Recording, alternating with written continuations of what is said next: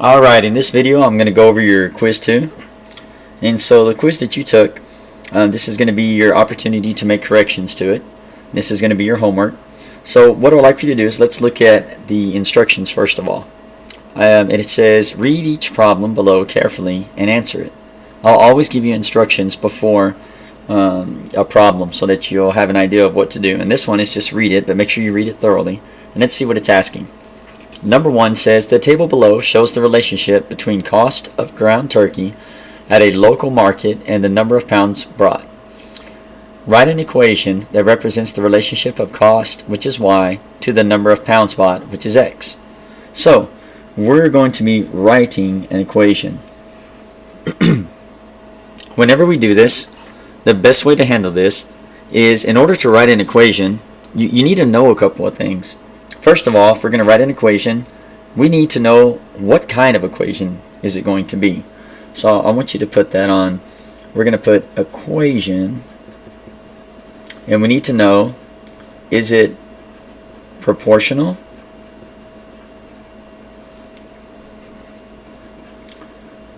or is it non-proportional? So now you've been learning about these different types of equations. So we need to know, is it proportional or non-proportional? Because we need to know, is it going to look like y equals mx, or is it going to look like y equals mx plus b? So which one is it going to be? The next thing we need to know for either one of those is we need to know the slope. Now once we determine whether it is proportional or non-proportional, we can then determine if we need to find the slope and if we need to find the y-intercept. Now remember, only the non-proportional has a y-intercept. So before we start trying to find a y-intercept, because notice that none of our x values are 0 here, let's go ahead and test to see, is this graph proportional? So remember, the way that we do that, I'm going to scoot this over because we're going to use this side right over here, is we're going to set up a ratio of y over x, and we're going to check and see, do they all have the same value when we set up that ratio? And if they do, we'll call it our constant of variation, and that'll tell us it is proportional. If they don't have the same value, then that tells us that it is non-proportional, and then we're going to have to worry about trying to figure out a y-intercept. But we're not going to worry about this right here, this y-intercept, until we determine if we really need it. So let's take a look. If I do y over x, my y is 7.00 over my x, which is 2, equals, my next one is going to be 8.75 over 2.5.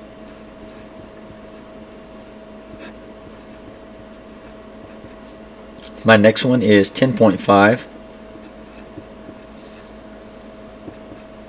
over 3. And the last one is 21 over 6. So we need to just figure out, we've set up all of our ratios now for our ordered pairs. Let's see if they're all the same amount. So I'm going to get my calculator. And let's take a look. So we have 7.00 over 2. That gives me 3.5, so let's write that down. 3.5, and we'll box it. The next one is 8.75 over 2.5. So 8.75 over 2.5. And that gives me 3.5. The next is 10.5 over 3.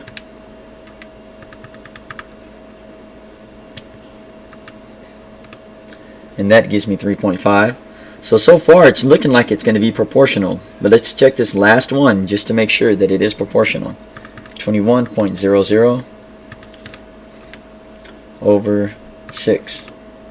And it's 3.5. So it's also 3.5. Now let's look. 3.5, 3.5, 3.5. They are all equal. So that tells me that my graph is going to be proportional. So I'm just going to scratch this one out because I'm not worried about y equals mx plus b. It's going to look like y equals mx. So my equation, because it's saying to write an equation, is going to be y equals mx. Now all I need to know is my slope. I don't have to worry about this because that's only for non-proportional. And remember that anytime it's proportional, our constant of variation is equal to the ratio of our ordered pairs. So we've already got our slope calculated, and it's 3.5. So we just need to plug that in for our m. So y is equal to 3.5x. And that's all we do. It only asks for an equation, and that's it. And that is our answer. Alright, so now let's do our next problem. Number 2. It says the table below shows the print speed of an office printer. How many pages can the printer print in 2 hours? Now I can know right away there's already one problem I'm going to run into. It's asking how many can be printed in 2 hours. So 2 hours. But notice it's given us how many pages per minute. So with that being said, right off the bat, I'm going to need to convert my hours into minutes. So I need to ask myself, how many minutes are in an hour? So ask yourself real quick, how many minutes are in an hour? Now hopefully you know this. There are 60 minutes in 1 hour. So what I need to do, since we have 2 hours, I'm going to take my 2 and bring it down here. I'm going to multiply my 2 hours times my 60 minutes, and that'll tell me how many minutes we have to print. And then I can determine this value. So 2 times 60 is going to give me 120 minutes. And that's equal to 2 hours worth of printing. So now only if I had an equation where I could plug in my numbers, it would make this really, really simple. Because if this 120 minutes is going to represent my x value. But I don't have an equation to plug it in, so I need to make one. Now, looking at this, our minutes are going to be our x, and our pages per minute are going to be our y. Remember we had that talk the other day and said, okay, our lower value is going to be our x. It's our what we call our independent variable, because the pages per minute that are printed are dependent upon the amount of minutes that it runs. So x is our independent, and the pages are our dependent variable because they depend on how many minutes have passed. Dependent on, will tell you how many they ran. So let's go ahead at this point and let's figure out what kind of equation is this, because I want to know, is this going to be y equals mx plus b, non-proportional, or is it going to be proportional, y equals mx? So let me go ahead, I want to make my equation. So let's go ahead and go over here and set up our ratios. So for instance, we have 45 over 3, and we have 60 over 4, and we have 75 over 5. Now I already believe that this is going to be a proportional equation, because if we print it for 0 minutes, we would have 0 pages. And if it runs through 0, 0, it runs through origin. But I still want you to just get some practice and check this to confirm that it is proportional. So let's put this in. So if we do right here, 45 over 3, it equals 15. If we do 60 over 4, it equals 15. And if we do 75 over 5, it equals 15. So this is 15, this is 15, this is 15. So what we see here, we can confirm it is proportional. This is our constant of variation, better known as our slope. And knowing that, we can actually make an equation, just like we did for that first problem. So let's see, our equation is going to look like y equals mx. My m is going to be my slope, or my constant of variation, and that's 15. And then my x, now this is a part where we're going to use our equation. This is why it's important to be able to make an equation. Our x is going to be our 120 minutes, because it wants to know how many pages can a printer print in 2 hours. And remember, 2 hours is equal to 120 minutes. We multiplied that 2 times 60 minutes so we can convert this to minutes. So let's go ahead and see what we got. So we're going to say 120 minutes. And now we just multiply that in our calculator. So y is going to be equal, and that's what we're looking for. We're looking for our y when x is at 120 minutes. So let's put that in, 15, and then we plugged in our 120. So it looks just like our equation that we set up. And let's hit enter. 1,800 pages. So y is equal to 1,800 pages.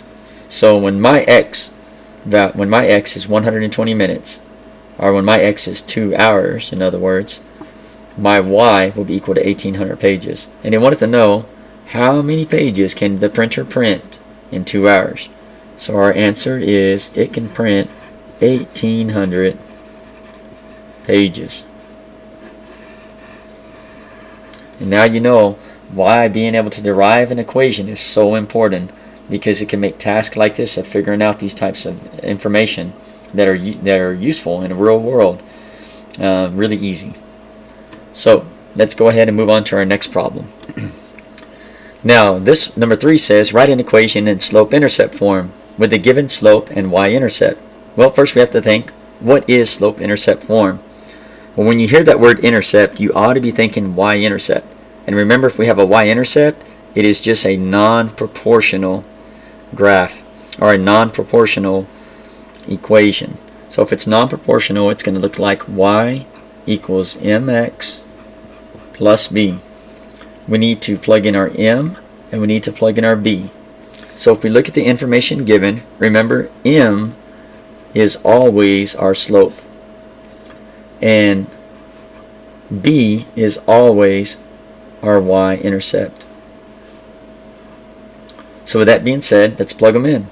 Let's rewrite our equation. I'm going to bring down my y. Y equals 3x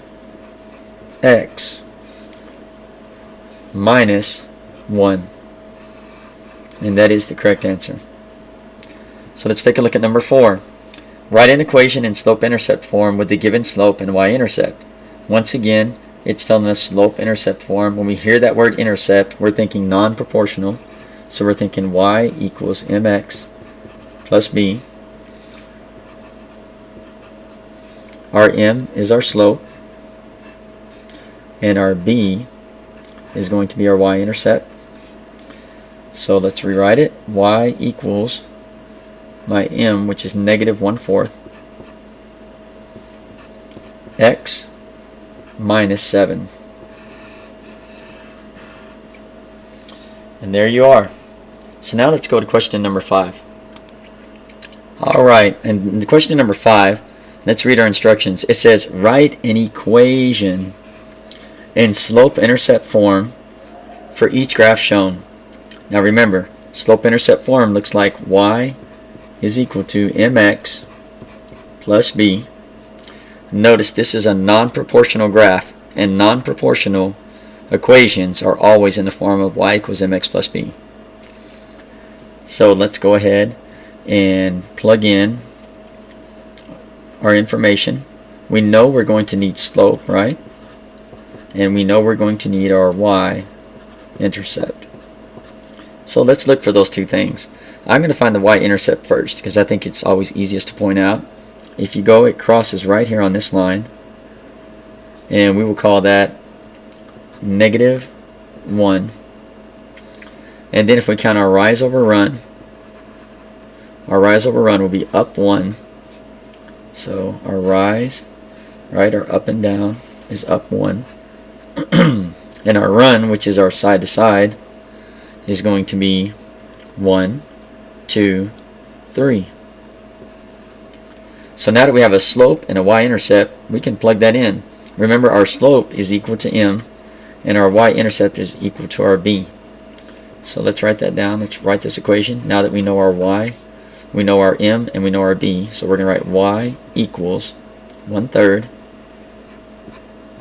And one more thing on a slope, I forgot to mention this, and I almost passed it up.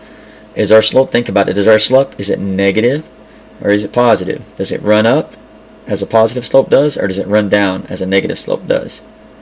And it does run down, so it's a negative 1/3. So make sure we put our negative symbol there. X. And now look at our y-intercept. Is it positive or is it negative? And it is -1 because it goes below the origin, so it's negative. So -1. And that is our answer. So now let's look at the next one. It's also going to be y equals mx plus b. So we need to find our m, which is our slope, and we need to find our b, which is our y-intercept. So what is our slope and what is our y-intercept? Well, the y-intercept is right here, and we can just count down from origin. 1, 2, 3. So the y-intercept is -3. And the slope, let's see, is it positive or negative? And I think we can see that it is positive. It runs uphill, so it's a positive slope. And if we count from this point to this point, make our triangle, our right triangle, we can count up 1, 2. So our rise, our up and down, is 2. And now we need our run. So we can count our run, and it goes over 1. So 2 over 1 is the same thing as 2. So now when we write this, we can write our m, and we can write our b. So we have y is equal to 2x minus 3. That's our b. And that is the correct answer.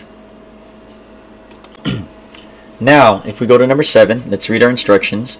It says name the given equations, either proportional or non-proportional. So I want you to think about this. Proportional are going to look like y equals mx. So always write your equation down so that you know what you're dealing with. Non-proportional are going to be y equals mx plus b. So now we just need to see which one matches up the best. So we're going to do just like we did in our Cornell notes. You should have been lining this up. So I'll say, okay, this one says y equals 8x. That looks like y equals mx. So therefore, since it looks like y equals mx, it is proportional.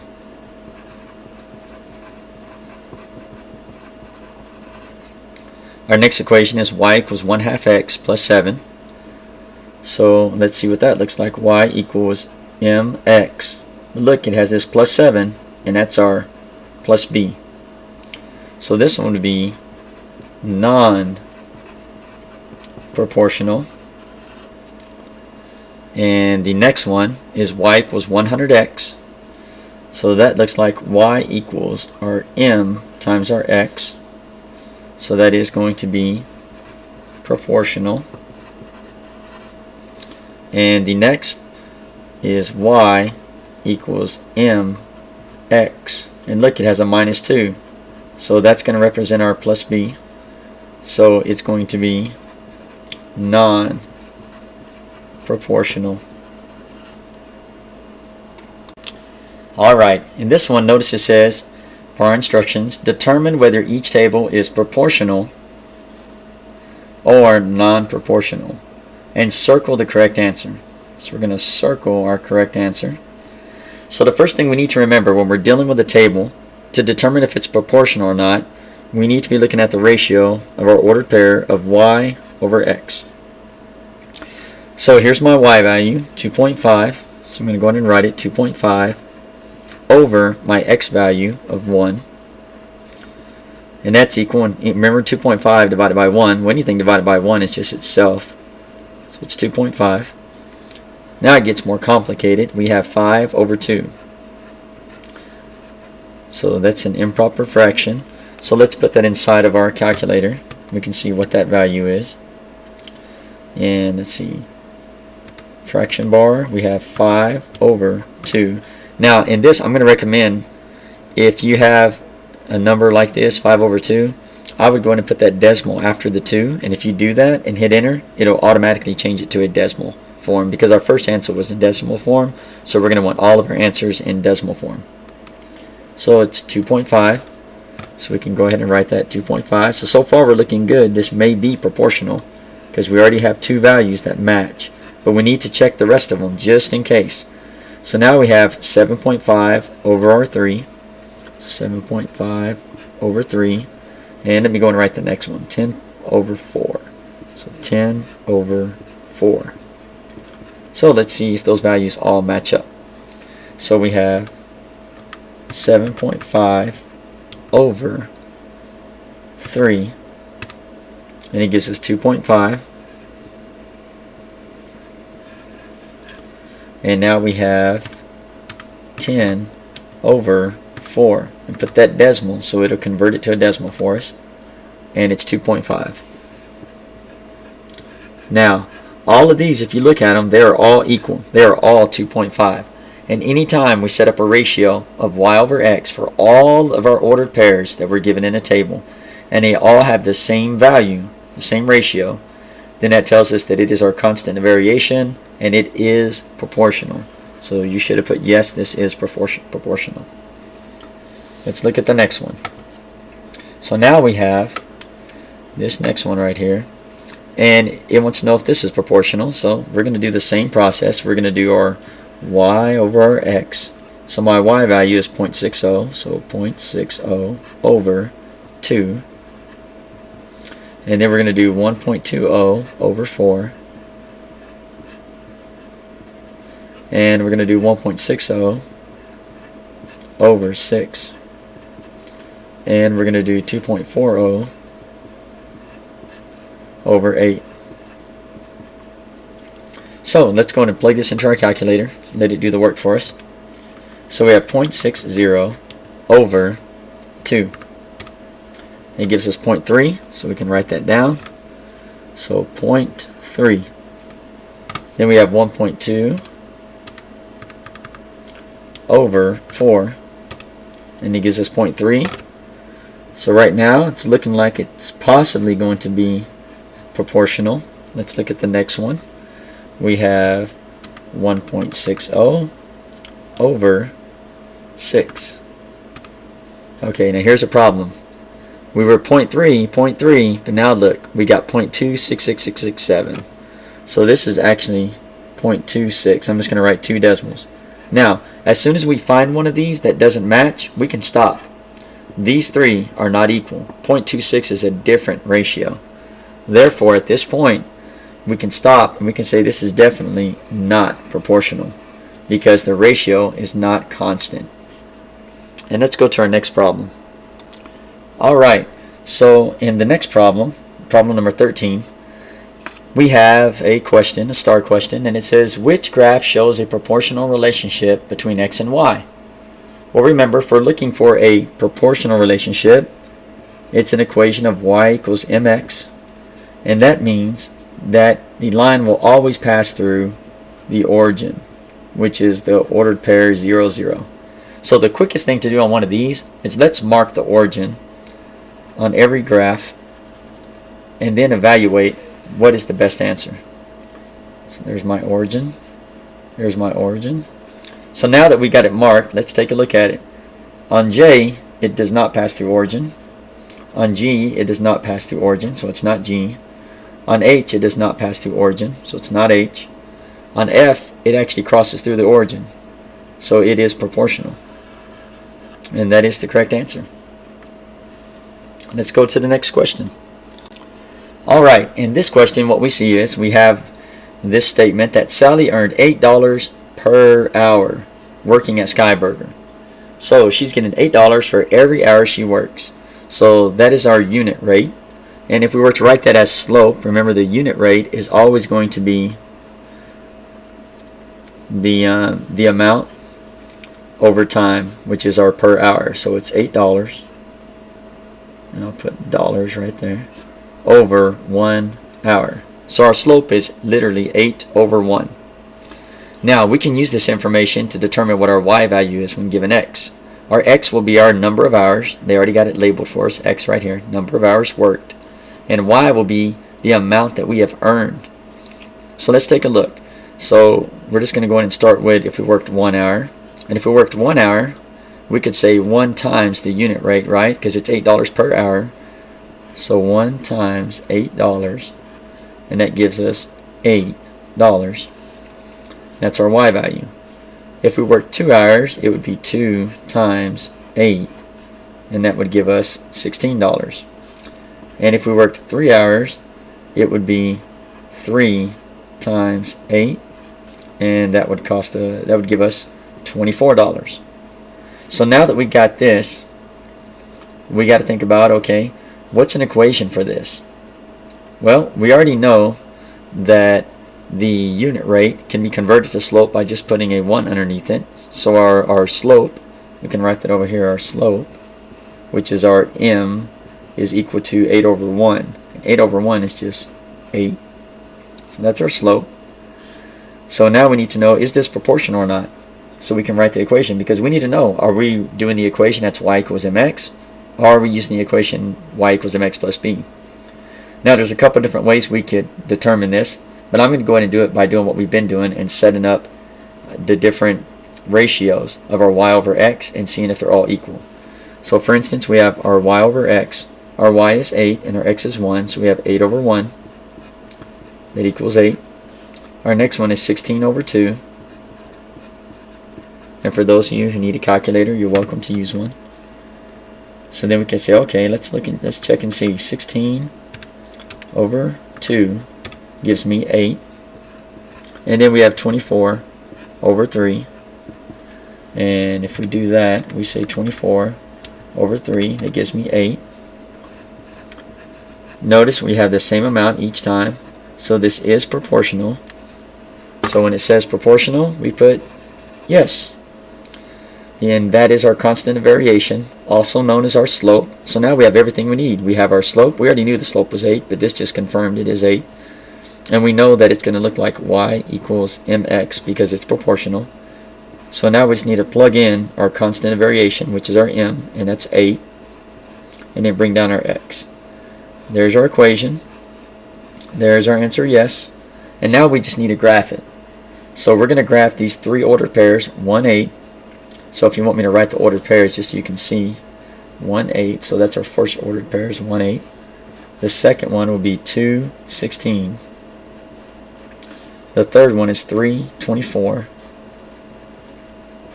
And let's go ahead and put that on here. So 1, 8 is going to be 1 and up 8. 2, 16 is going to be go over 2 and then up 16.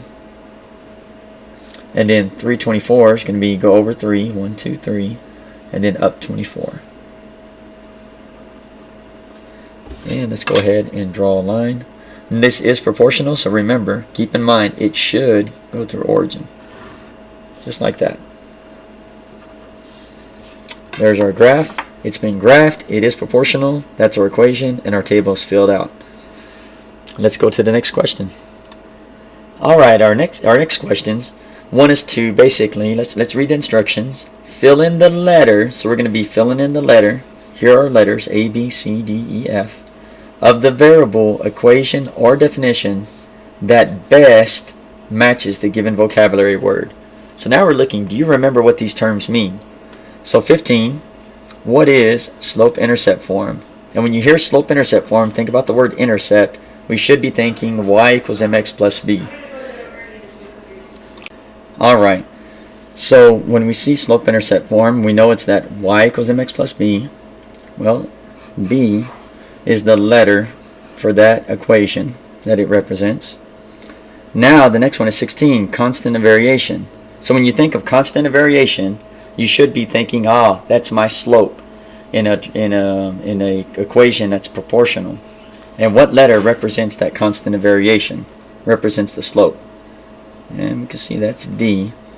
So we'll put a D here. Now I'm just canceling these out as I do them, so that way I don't use one more than once. So the next one is the y-intercept for number 17.